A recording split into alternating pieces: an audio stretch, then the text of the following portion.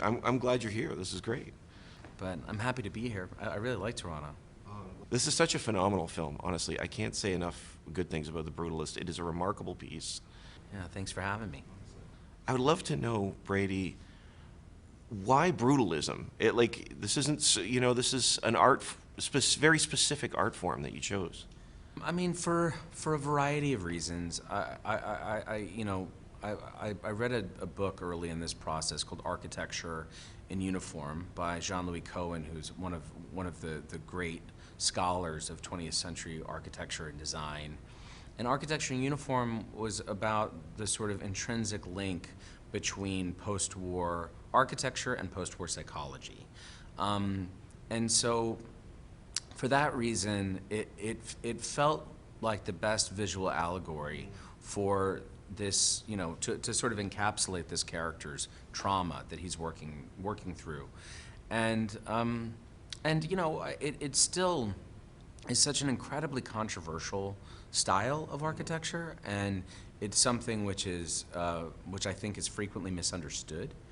And so, the sort of adversity that this architectural movement faced sort of mirrored the immigrant experience as well, because in the same way that the community has this instinct to have the building torn down, they also have this instinct to have this, this foreigner thrown out. And so, so much of it is an exploration of this community that's not saying the quiet part out loud. Yeah. Well, it's funny. You talk about saying the quiet part out loud, and I think when we watch this character's journey, we see so many people taking from him when he's trying to contribute to the nation, to his people. That's right. That's right. That's right. It's pretty amazing. I was just wondering, like, from your perspective,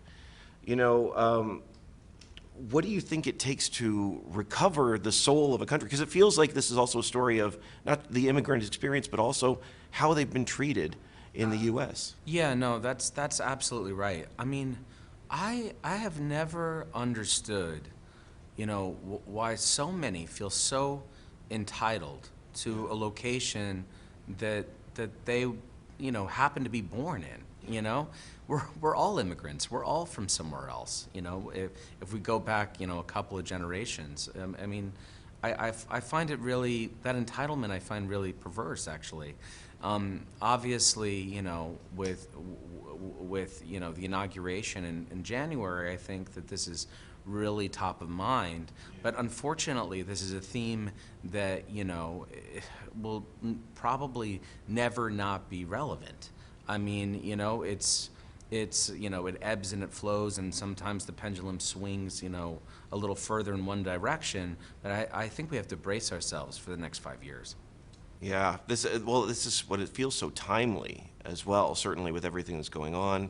Absolutely. But with this film, one of the things that I see through it is this idea, especially towards the end, reclaiming your story. Yeah. And I was just wondering, in your mind, what do we gain when we reclaim our stories, and is that what true freedom is? Yeah, I think so. I think that's very. I think that's really accurate. I think the film is predominantly about reclamation, and that's something that unfortunately one doesn't usually discover, or a goal that one doesn't reach until much later in life. But I think that most artistic endeavors are about claiming or reclaiming something for yourself one way or another.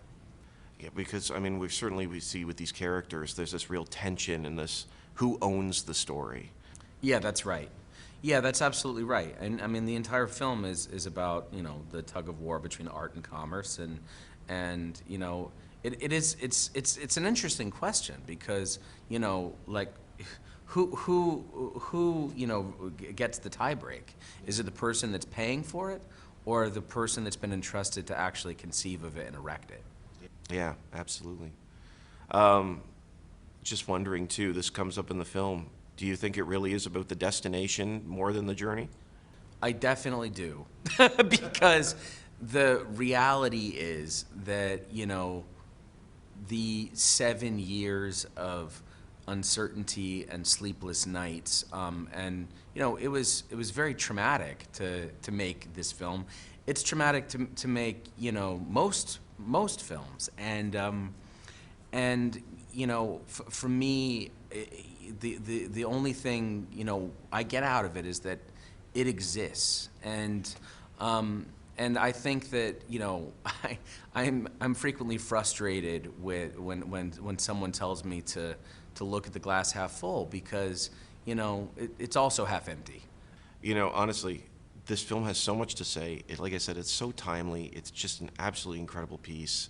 Brady, thank you so much. I really appreciate the time chatting with you about it. No, thank you. Thanks a lot for seeing it.